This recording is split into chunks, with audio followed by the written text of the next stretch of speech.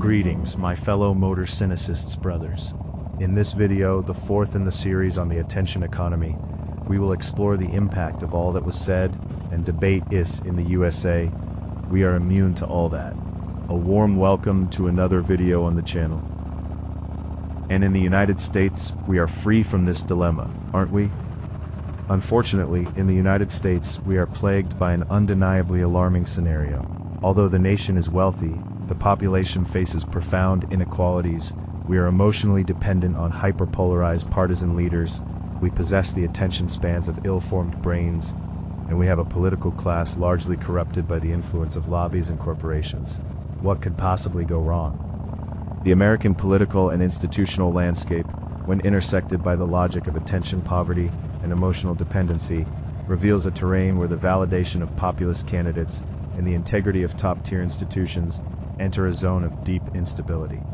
In a society where focus capacity is fragmented by relentless digital stimuli, choosing leaders ceases to be a process of technical evaluation and becomes a visceral reaction to figures who master the grammar of salience and shock. Populism thrives by offering binary narratives for complex problems, capturing a populace that, due to the atrophy of deep attention, prefers the immediate gratification of incendiary rhetoric, often centered on culture wars, to the arduous analysis of ethical trajectories.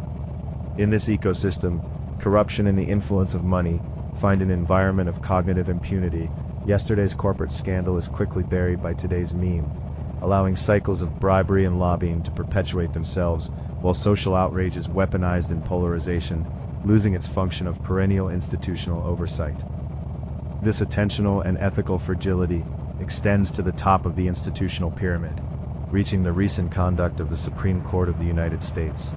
The court, by migrating into the epicenter of the attention economy, has begun delivering rulings in a context of hyperexposure, where the line between the judicial and the political becomes increasingly porous.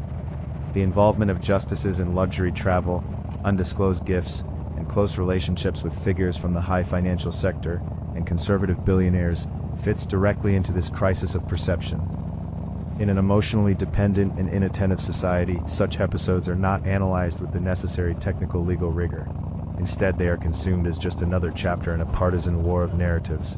For the court's supporters, such ties are minimized or ignored. For its detractors, they become fuel for the complete delegitimization of the judiciary.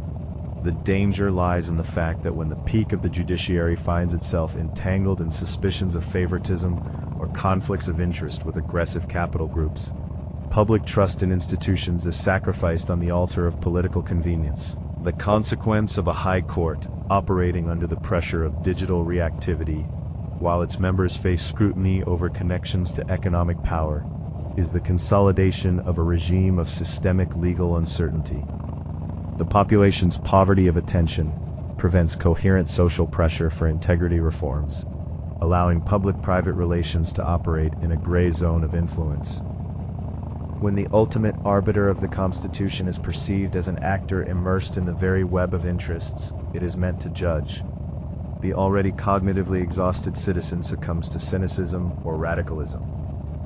The end result is a country where institutional security is replaced by the spectacle of judicial activism and scandals of convenience, transforming the rule of law into a simulacrum maintained by effective manipulation and the permanent distraction of the masses, who lose the capacity to demand a justice that is truly blind to privilege.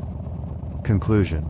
The trajectory of this analysis reveals that the contemporary attention crisis is not a mere byproduct of technological evolution, but a profound reconfiguration of human experience itself and the structures of power supporting it. Starting from the concept of consciousness as the stage of subjectivity and attention as the spotlight defining it, we understand that what is at stake in the attention economy is not merely user time, but the integrity of our perception of reality. The transition from information scarcity to toxic abundance, predicted by Herbert Simon and radicalized by short video algorithms, has forged a society driven by superficial agility, where brain maturation occurs under the sign of fragmentation. This process not only atrophies the capacity for deep thought and high-value academic output, but also leaves democracies vulnerable to emotional manipulation, allowing populism and institutional corruption to perpetuate themselves in an environment where citizen vigilance has been replaced by a reactive trance. The parallel drawn between the attention economy and the emotional economy demonstrates that modern social control operates through affect, transforming digital dependency into political vulnerability. In the American context, this dynamic manifests in the validation of leaders who govern for the algorithm and in the actions of a judiciary that, by becoming entangled in controversies of proximity to economic capital, ends up feeding the cynicism of a population that no longer possesses the cognitive stamina to distinguish law from rhetoric. The inevitable conclusion is that attentional detoxification has ceased to be an individual luxury and become a matter of national security and ethical resistance. Without reclaiming focus, society drifts toward a model of digital voluntary servitude, where freedom is sacrificed in exchange for the next dose of dopamine, and where institutions, devoid of serious and attentive scrutiny, become empty shells of arbitrary power. Faced with this scenario, the only way out lies in rehabilitating attention as a common good and a revolutionary act. Recognizing that our consciousness is shaped by what we choose not to ignore is the first step toward rebuilding a public sphere that values signal over noise and ethical commitment over emotional engagement. The challenge of the 21st century is not technological, but ontological. It is a matter of deciding whether we will be the architects of our own attention or whether we will remain the product mined by an economy that profits from our distraction. True sovereignty, whether individual or national, as in the United States, will only be reclaimed when silence, deep reflection, and institutional integrity once again command greater market value than the ephemeral scandal of an endlessly scrolling screen. We close this cycle of reflections with a fundamental question. If your attention is the most valuable currency in today's world, are you investing it or merely spending what remains of your consciousness? Very well.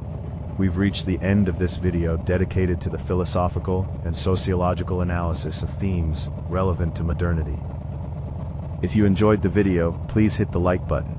If not, I'm still grateful you made it this far. If you feel something was left out or presented incorrectly, or if you'd like to share your own point of view, please leave a comment. It would be most welcome. If topics like this interest you, please consider subscribing to the channel. See you in the next video. A fraternal farewell to all my Motorcynicists brothers.